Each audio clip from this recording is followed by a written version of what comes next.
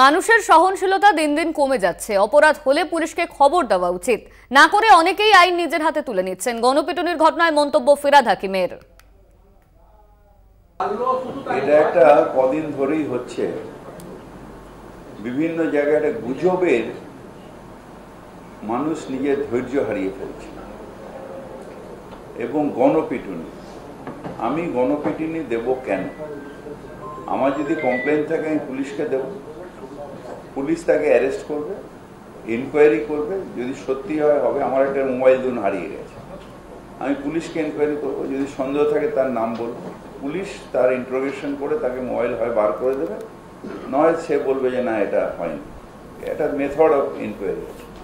এই যে আইন নিজের হাতে নেওয়া, এটা অত্যন্ত মারাত্মক। এটা কেউ ছেলে ধরার নামে মারছে, কেউ ডাইনি অপবাদে মারছে, আর কেউ